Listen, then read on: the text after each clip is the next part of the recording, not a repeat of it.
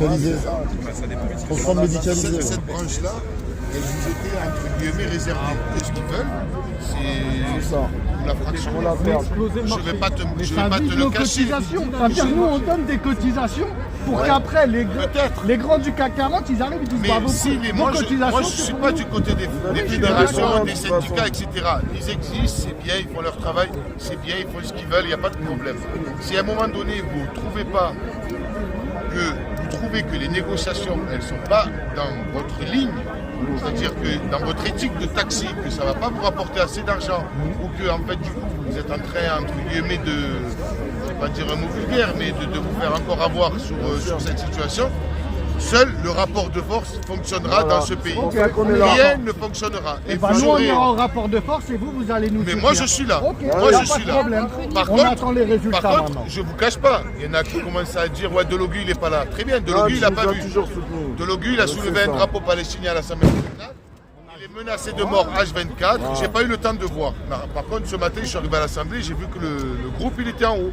J'ai regardé de suite. J'ai vu qu'il y en a qui commençaient à dire ouais tu n'es pas là. J'arrive de suite. J'ai tout quitté. J'arrive.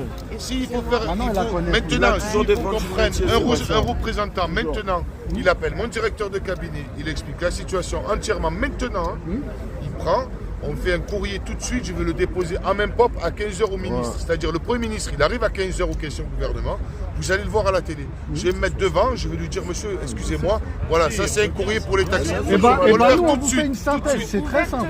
Je vous donne le numéro de mon directeur de cabinet, vous l'appelez, on fait un courrier maintenant. Ouvertement, aujourd'hui, vous proclamez haut et fort devant tout le monde, vous allez faire un appel de force.